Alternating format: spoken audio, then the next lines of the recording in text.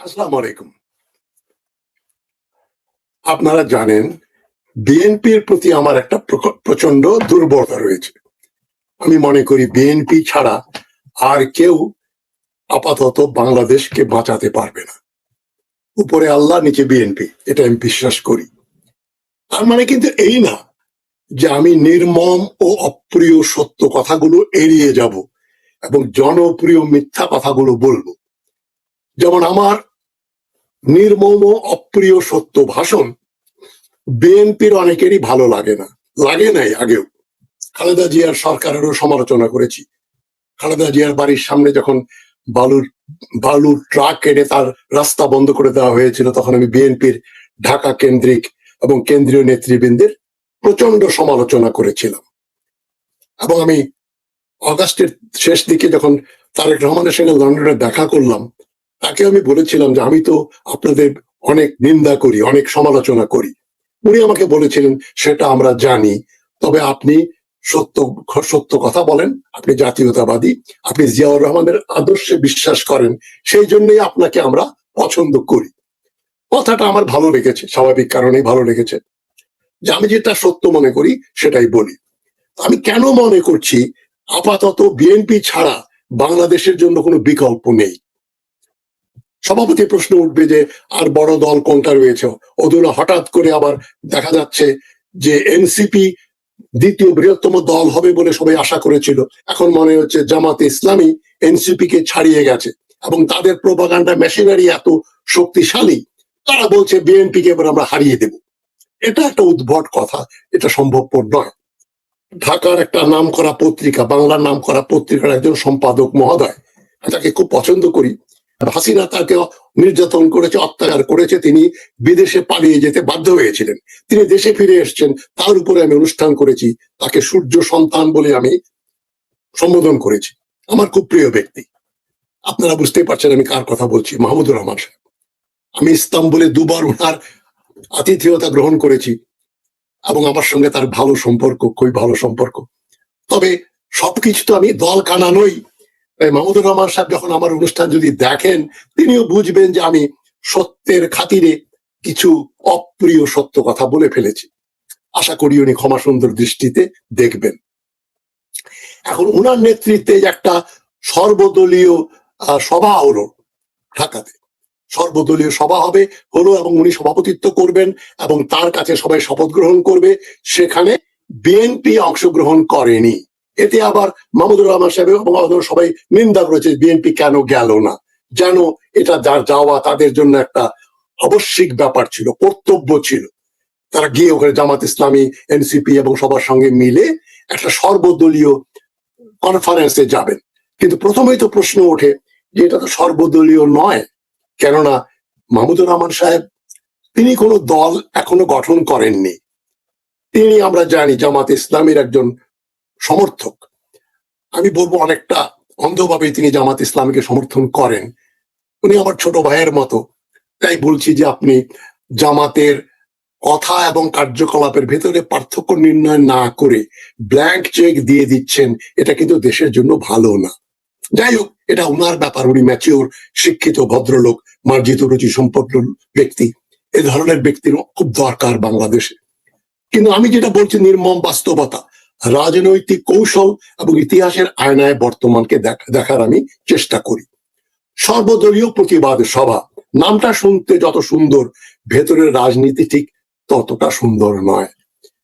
আজ যারা চিৎকার করে বলছে বিএনপি যায়নি কেন, তাদের আমি একটাই প্রশ্ন করতে চাই, আপনারা রাজনীতি বোঝেন নাকি কেবল ব্যবহৃত হতে ভালোবাসেন? নেতারা ব্যবহার করবে, আপনারা ব্যবহৃত হয়ে স্লোগান দেবেন, পরে দেখবে যে নেতারা যেটা বলল সেটা মিথ্যা কথা বলেছে, কার্যকর কোনো কথা তারা বলেনি। সুতরাং ওই দিকটা চিন্তা করবেন। আমি দর্শকদের আমি বলছি, বিশেষ করে যাদের বয়স 40-এর নিচে, যারা আমার চেয়ে ধরেন 50 এবং 60 বছরের জুনিয়র, 18 থেকে 40 ধরেন, তাদের সম্বন্ধে আমার বক্তব্য একটাই, যে তোমরা ক্রিটিক্যাল থিঙ্কিং করতে শেখো। একটা কথা শোনার পরেই প্রথমে জিজ্ঞেস করবে এই লোক এই কথা কেন বলছে, ডক্টর হাশমি এই কথাগুলো কেন বলছেন, না বললে কি হতো না? বলার উদ্দেশ্যটা কি? উনি কি টাকা খেয়ে কথা বলছেন? উনি কি আওয়ামী লীগের দালালি করছেন, না বিএনপির, না জামাতের, না ভারতের? নিশ্চয়ই কারো না কারো দালাল। দালাল সত্যিই কি দালাল? প্রমাণ কোথায়? যা শুনবেন বাজারে সেটাই সত্য নয়। একটু ক্রিটিক্যাল থিঙ্কিং করবেন। আমি আমার স্বার্থে কোনো কথা বলছি না, এটা যদি মনে রাখেন তাহলে বুঝবেন আমি যেটা বলছি সিনসিয়ারলি বিশ্বাস করি বলেই বলছি। কিছুটা হলেও আমি লেখাপড়া করেছি, বাংলাদেশের ইতিহাস, রাজনীতি, সমাজনীতি, অর্থনীতি নিয়ে আমি পড়াশোনা করেছি, বই পুস্তকও লিখেছি। সুতরাং আমি কিন্তু একেবারেই বহিরাগত কেউ নই। বাংলাদেশেই বড় হয়েছি, সেখানে 3টা বিশ্ববিদ্যালয়ে পড়িয়েছি, 2টো পাবলিক, একটা প্রাইভেট। তো আমি যে কথাগুলো বলছি একেবারেই তুচ্ছ তাচ্ছিল্য করে ফেলে দিয়েন না। গালিগালাজ করেন, সেটা আপনাদের রুচির ব্যাপার, এতে আমার কিছু যায় আসে না। আমি দুঃখ পাই, কিন্তু আমি নিজের জন্য দুঃখ পাই না, জাতির জন্য দুঃখ পাই যে এমন স্ট্যান্ডার্ড কেন আমাদের। আমরা ভদ্রভাবে কারোর সঙ্গে কথা বলতে পারি না, প্রতিবাদ করতে পারি না। গণতন্ত্রের আদর্শ হচ্ছে যেটা ভুল হবে সেটা আমি বলবো, এতে তার ভাল লাগুক আর না লাগুক। যেমন এই এক সাংবাদিক ভদ্রলোককে ইউনূস সাহেব গ্রেপ্তার করেছেন, কিন্তু ইউনূস সাহেব নিজেই বলেছেন আপনারা প্রাণ খুলে আমাদের সমালোচনা করুন, আমরা এটাকে এতে কিছু মনে করব না। কিন্তু ভদ্রলোককে গ্রেপ্তার করে ফেলা হলো। এখন আমি সোশ্যাল মিডিয়াতে দেখছি ধর ধর, মার মার, কাট কাট, ধর বেটাকে, এই বেটা বাকশালী, এই বেটা ভারতীয়, এই বেটা জাতীয়তাবাদী নয়, ভারতের টাকা খায়, ইত্যাদি ইত্যাদি। কোনটারই প্রমাণ নাই। তার দ্বিমত পোষণ করার যে অধিকার, সেই অধিকারটা আমরা কেউ দিতে চাই না। আমরা গণতন্ত্র করতে চাই। আমাদের কালচার যদি লিবারাল না হয় তাহলে লিবারাল ডেমোক্রেসি আসবে কি করে? আমরা আপনাদের সামনে 3টা কারণ তুলে ধরছি কেন বিএনপি এই সিদ্ধান্তটা সঠিক, তারা কেন গেল না। একটা কিছু বললে কথা আপনার মাটিতে পড়বে না, ধরে ফেলবে। প্রথমে আসি সবচেয়ে নিচু কিন্তু সবচেয়ে কার্যকর কৌশল, উস্কানি ও অপমান। এটা গণতন্ত্রের সঙ্গে যায় না। উস্কানি অপমান দিলে এটা দিয়ে দেশে দীর্ঘস্থায়ী শান্তি, গণতন্ত্রের কথা বাদই দেন, আইনের শাসন বাদই দেন, আসবে না। ঢাকা মেডিকেলে আহত ওসমান হাদিকে দেখতে গিয়ে বিএনপির সিনিয়র নেতা মির্জা আব্বাসের সঙ্গে ঝুমা নামে এক ছাত্রী কি আচরণটা করলো, পুরোপুরি রাজনৈতিক শিষ্টাচার বহির্ভূত, উদ্দেশ্য প্রণোদিত এবং ক্যামেরা ফ্রেন্ডলি অপমান, ক্যামেরার সামনে বসে। সেই জন্য বিএনপি নেতৃবৃন্দ ওই সভায় কেন যাবে যেখানে জামাতপন্থী এরা রয়েছে? জামাত ইসলামী কোনো প্রতিবাদ করেনি, নিন্দা করেনি, ওদের বহিষ্কার করেনি। এবং এই যে সাদেক সাহেব যে ব্যবহারটা করলো, কালকে আমি একটা ভিডিও করেছি, স্বরাষ্ট্র মন্ত্রণালয় গিয়ে উপদেষ্টাকে হেরিয়ে করে টেনে নিয়ে এসে কতগুলো বক্তব্য দিল, ফালতু কথাবার্তা বললো ভারত থেকে হাসিনাকে নিয়ে আসতে হবে, এটা হোম মিনিস্টারের কাজ, উপদেষ্টার কাজ না। যাই, তো এটা কোনো বিচ্ছিন্ন ঘটনা না, এটা সবসময় ঘটে। কাউকে নাজেহাল করা, ভাইস চ্যান্সেলরকে ঘেরাও করে রাখা, তার বাড়ি মানে অফিস বাড়ি সব বন্ধ করে রাখা, এটা বহুবার ঘটেছে। ইদানিং তার মাত্রা অনেক বেশি। আমি যখন ছাত্র ছিলাম বা শিক্ষক ছিলাম তখন এই ধরনের ঘটনা ঘটেনি। ভাইস চ্যান্সেলরের অফিস বা বাড়ি ঘেরাও করার ঘটনা এটা হাসিনার আমল থেকে শুরু হয়েছে, আমি যদি ভুল না করে থাকি। রাজনীতি কিন্তু অপমান করা, বিশৃঙ্খলা সৃষ্টি করা আর বড় সংঘর্ষের জন্য তৈরি হওয়া, এটা রাজনীতি না। রাজনীতি শুধু মাইক ধরার নাম নয়। স্লোগান দেবেন, এবং অশ্লীল স্লোগান, কি কি স্লোগান ছাত্ররাও দেয়, ছাত্রীরাও দেয়, বলেছি আমি মুখে আনতে পারবো না, এ ধরনের অশ্লীল কথাবার্তা দিয়ে ছাত্র ছাত্রীরা স্লোগান দিয়ে বেড়াচ্ছে। সুতরাং বিএনপি সেখানে গেলে বিএনপির ফাঁদে পড়ে যেত, তাকে আরো নাজেহাল করতো বিএনপি নেতৃবৃন্দকে, এবং সেখানে গিয়ে তারা অপমানিত হয়ে ফিরে আসতো। এবং এটা মাহমুদুর রহমান সাহেবকে এটা গ্যারান্টি দিতে পারতেন, নিশ্চয়তা দিতে পারতেন যে এর ধরনের কিছু হবে না? নিশ্চয়ই দিতে পারেননি, কারণ তার সামনেই তাকে গিয়ে গায়ে হাত না দিলেও গালাগালি তারা করতো। এই তথাকথিত সর্বদলীয় সভার মাঠ ব্যবস্থাপনা, বক্তৃতার তালিকা, মঞ্চ নিয়ন্ত্রণ সবকিছু ছিল জামাতপন্থী নেটওয়ার্কের হাতে। পরিকল্পনা কি ছিল? পরিকল্পনা ছিল ডেইসে উঠে বিএনপি বিরোধী বক্তব্য দেয়া এবং সব দল এখানে তাকে দায়ী করতো, এর একটা ন্যারেটিভ তৈরি করা। বিএনপি কেন যাবে ওই ফাঁদে, এবং তারা কেন যাবে যেখানে সভাপতিত্ব করবেন একজন নির্দলীয় ব্যক্তি, মাহমুদুর রহমান, উনি যতই ভালো ব্যক্তি হন, উনার অধীনে তারা এই ওই মিটিং করে তার উনি শপথ গ্রহণ করাবেন। উনি তো বিএনপির একজন নেতা ছিলেন, খালেদা জিয়া তাকে মন্ত্রী বানিয়েছিলেন, এনার্জি অ্যাডভাইজার বানিয়েছিলেন। তার সামনে গিয়ে বিএনপির নেতৃবৃন্দ আনুগত্য জানাবেন এবং তার নেতৃত্বে একটা শপথ গ্রহণ করবেন, সেটা কি ধরনের ছেলেমি?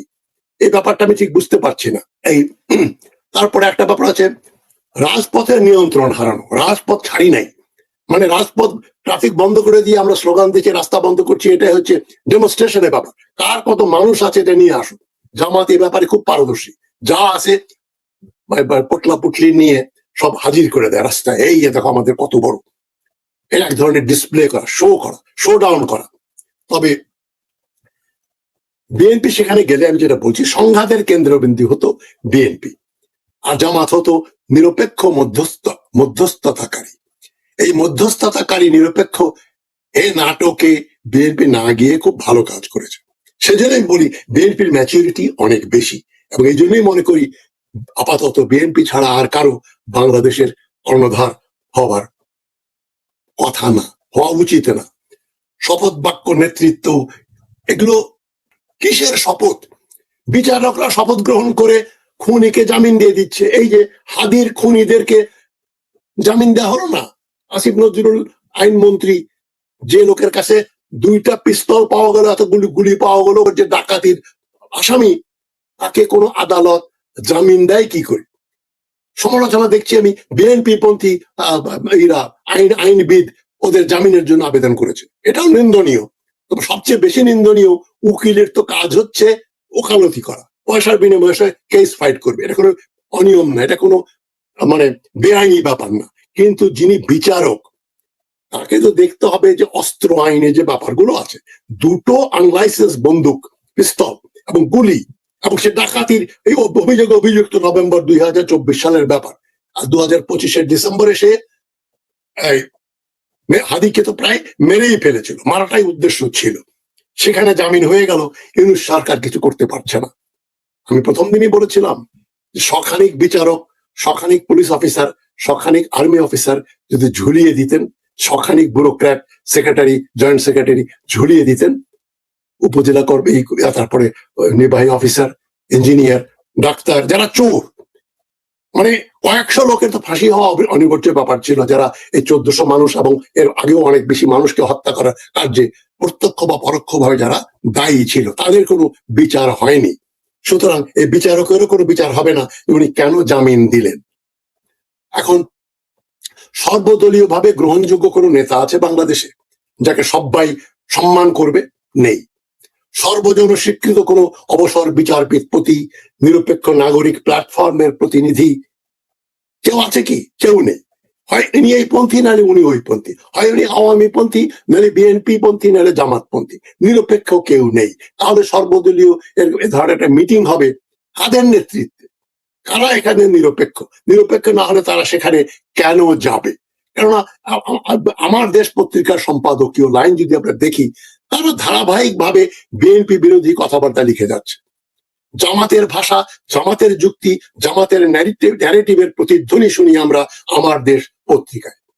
বিএনপিকে বারবার সমস্যার অংশ হিসাবে বা মূল সমস্যা হিসাবে চিহ্নিত করা হচ্ছে, এবং আওয়ামী লীগের প্রতি একটা সফট কর্নার রয়েছে।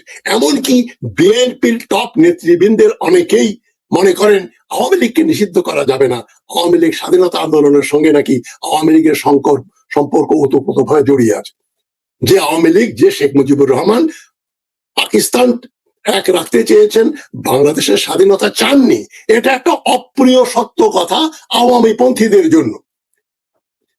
সেখানে বিএনপিকে সমস্যার অংশ বা প্রধান সমস্যা কেন বলা হবে? বিএনপি তো ভিকটিম, 2006 সাল থেকে তারা ভিকটিম।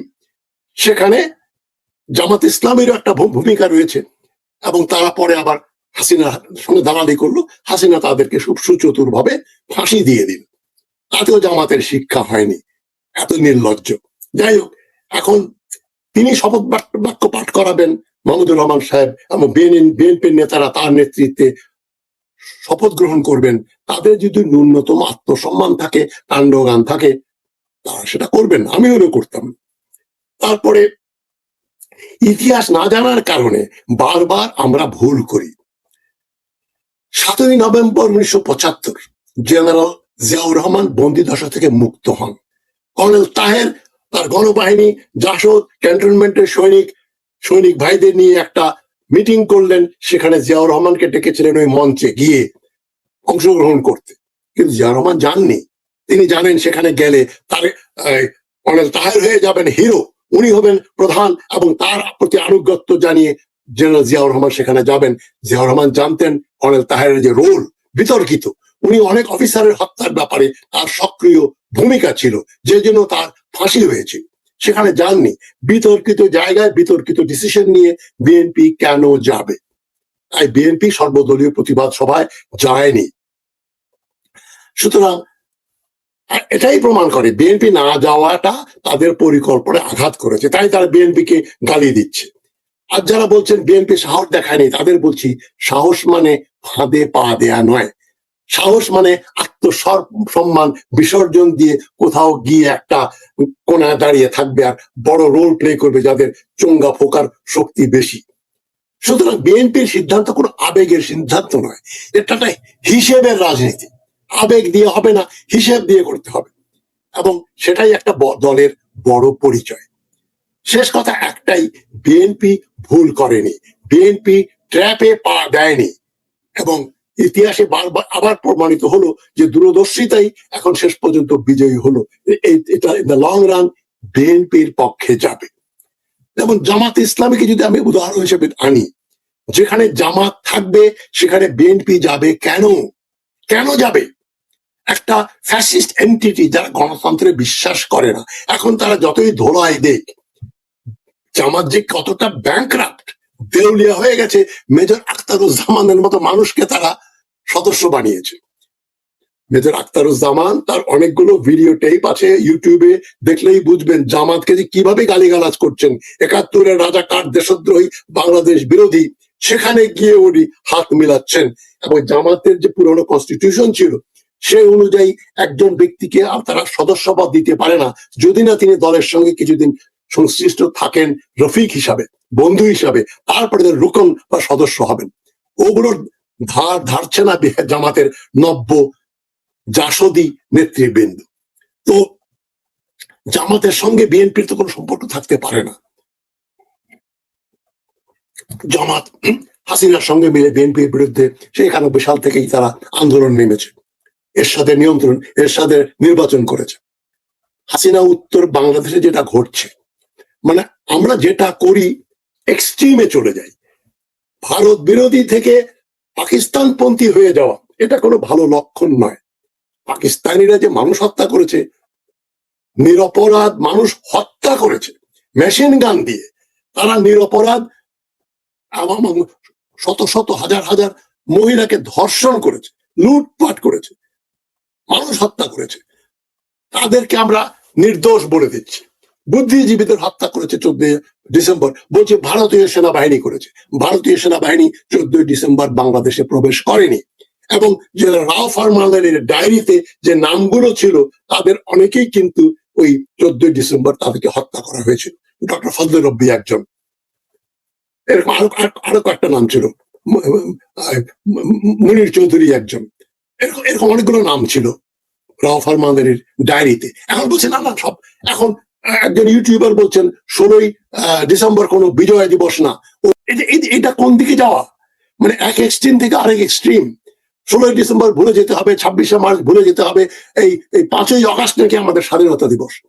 5ই অগাস্ট স্বাধীনতা হলে আমরা ওই 16ই ডিসেম্বর কি হলো, 26শে মার্চ কি হলো? আমি তো বলবো আমাদের স্বাধীনতা দিবস হচ্ছে 14ই অগাস্ট 1947। পূর্ব পাকিস্তান তো পরাধীন ছিল না, বৈষম্য হয়তো ছিল, কিন্তু যাই হোক সবকিছু ধুলে মুছে দিয়ে 5ই অগাস্ট থেকে আমরা সব শুরু করব, এটা তো হয় না। এই একটা এক্সট্রিম কথাবার্তা।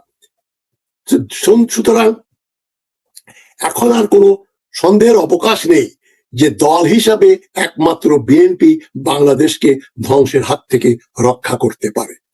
কারণ বিএনপি একটা লিবারাল ডেমোক্রেটিক পার্টি, আর লিবারালটাকে যদি কেউ মনে করে একটা 4 লেটার ওয়ার্ড, খারাপ জিনিস, তাহলে তাদের সঙ্গে তর্কের বা আলোচনার কোনো অবকাশ নেই।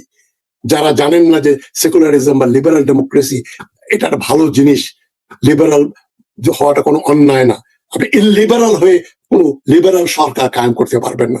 লিবারাল সরকার যদি না থাকে তাহলে মানুষের জীবনের, তার সম্মানের, তার মর্যাদার কোনো নিশ্চয়তা থাকে না। তার সম্পদ, তার ইজ্জত, এগুলো যদি ইলিবারাল সরকার যদি আসে, একটা ডিক্টেটরিয়াল সরকার যদি আসে যাদের অঙ্গুলি হারড়ে চলবে, এই ধরনের ইসলাম আমরা চাই, এই ধরনের চাই না অমুক মুরতাদ অমুক কাফের। ডক্টর মুরসি যেটা করেছিলেন মিশরে, ঠিক ওই ধরনের পরিকল্পনা করছে জামাত ইসলামী, যে যাই হোক ধামাচাপা দিয়ে যারা জামাত সমর্থন করছে তারা কিন্তু বোঝে না, তাদেরকে বলে দেওয়া হচ্ছে এই এত আওয়ামী লীগ ছিল ক্ষমতা, জাতীয় পার্টি ছিল, বিএনপি ছিল, এখন আপনার দাঁড়িপাল্লাকে ভোট দিয়ে দেখেন আমরা কি করি। তারা যে দেশটাকে মিশরের কাছে নিয়ে যাবে এবং শীঘ্রই যে জামাত ক্ষমতায় আসলে পশ্চিমা স্যাংশন আসবে এবং তাতে যে বাংলাদেশ অর্থনৈতিকভাবে বিপর্যয়ে পড়বে, সেটা আপনাদের চিন্তা করতে হবে। এনসিপি ইম্যাচিওর কিছু ছেলেপেলের দল, তারা আজ একটা কথা বলে কাল আরেক কথা বলে, তাদের হুমকি দামকি। একজন তো বলে, হাসান আব্দুল্লাহ বলল, বেশি বাড়াবাড়ি করলে ভারতের কাছ থেকে আমরা তাদের 7 সিস্টার্স কেড়ে নেব। মানে উন্মাদের মতো কথাবার্তা, এতই শক্তি তাদের। এখন অল্টারনেটিভ কি আছে? আওয়ামী লীগ মোটামুটি নিষিদ্ধ, তাহলে বিএনপি ছাড়া কাদের দেবেন? জাতীয় পার্টিকে দেবেন, যারা হাসিনাকে সঙ্গে দাঁড়াই করেছিল। সুতরাং জাতীয় পার্টি বলেন, এনসিপি বলেন, জামাত ইসলামী বলেন, আর তাদের চাইতে বিএনপির ক্রেডেনশিয়ালস শুধু ভালো না, অনেক বেশি ভালো। কিন্তু ভারতপন্থীরা কিন্তু বিএনপিকে আঘাত করার জন্য তারা দেখেন না কিভাবে সালাউদ্দিন সাহেবকে বদনাম করছে যে রয়ের এজেন্ট। এগুলো আমরা বহুবার আলোচনা করেছি, এগুলোর ভিতরে কোনো সত্যতা নেই। তারেক রহমান সম্বন্ধে কত রকম সত্তা, মানি লন্ডারিং কত কিছু বলেছে, কিন্তু তিনি কিন্তু একেবারে নির্দোষ প্রমাণিত হয়ে দেশ ছেড়েছিলেন। সুতরাং একই অপরাধের জন্য যখন বিচার হয়ে যায় একজনের, তাকে আবার 2 বার বিচার করা যায় না। হাসিনা করতে পারে, হাসিনার আমলে সম্ভব, কিন্তু আইনের শাসন যেখানে থাকবে সেখানে এটা করা যাবে না। সুতরাং তারেক রহমান নির্দোষ, সালাউদ্দিন সাহেব নির্দোষ, কোন ভুল প্রমাণ, তার অভিযোগ প্রমাণিত হয়নি। গুজব দিয়ে বলছেন এই যে দেখেন, এই যে দেখেন এত বড় বাড়িতে থাকে রয়ের এজেন্ট। এই ধরনের ফালতু কথাবার্তা দিয়ে বাংলাদেশের রাজনীতি আবেগ দ্বারা পরিচালিত হচ্ছে। আমি বিএনপির ভেতরে সে আবেগ দেখছি না। তারা এক ব্যক্তি, তারা অবজেক্টিভলি যুক্তি দিয়ে কথাবার্তা বলছেন, সেজন্য আমি পছন্দ করি। তবে তাদের অনেক ভুল ভ্রান্তি হয়েছে, এখনো হচ্ছে, ভবিষ্যতে হবে, সেগুলো আমি অন্ধভাবে সমর্থন করব না, করি না, এবং কোনদিন করিও নাই। সুতরাং যখন সত্য কথা বলার দরকার হবে, আমি মনে করি নির্মম ও অপ্রিয় সত্য কথা জনপ্রিয় মিথ্যার চেয়ে লক্ষ গুণ উত্তম। এতে আমার জনপ্রিয়তা কমে যাক, ভিউইং কমে যাক, তাতে আমি দুশ্চিন্তাগ্রস্ত নই। আপনাদের অনুরোধ করছি আমার অনুষ্ঠানটা আপনারা শেয়ার করবেন। লাইক মাইন্ডের লোকের কাছে একজন যদি 10টা করে শেয়ার করেন তাহলে আমি ধন্য হব। কিন্তু আমি মিথ্যা বিক্রি করে আমি জনপ্রিয় হতে চাই না। যে কথাগুলো শুনলে লোকে নারাজ হবে। এই জামাত ইসলামের হাজার হাজার লোকজন অনুষ্ঠান দেখতো আমার, এখন দেখে না। তারা আমাকে জানে জামাত বিরোধী, তাদেরকে খুশি করার জন্য কি আমি মিথ্যা কথা বলবো? যাদেরকে আমি ফ্যাসিস্ট বলে জানি, গবেষণা করে, লেখাপড়া করে, বই পুস্তক পড়ে, তাদেরকে আমি কি বেনিফিট অফ দ্য ডাউট দেবো যে না না জামাত হয়তো এখন গণতন্ত্রে বিশ্বাস করে? জামাত কোনো গণতন্ত্রে বিশ্বাস করে নাই, এখনো করে না, ভবিষ্যতেও করবে না। সুতরাং বিএনপি ছাড়া আপাতত বাংলাদেশকে উদ্ধার করার কোনো বিকল্প দল নেই। এই কথা বলে আজকের কথা শেষ করছি। আমার অনুষ্ঠান দেখবেন, শেয়ার করবেন। সবাইকে ভালোবাসার শুভেচ্ছা জানিয়ে, সংগ্রামী অভিনন্দন জানিয়ে কথা শেষ করছি। আসসালামু আলাইকুম।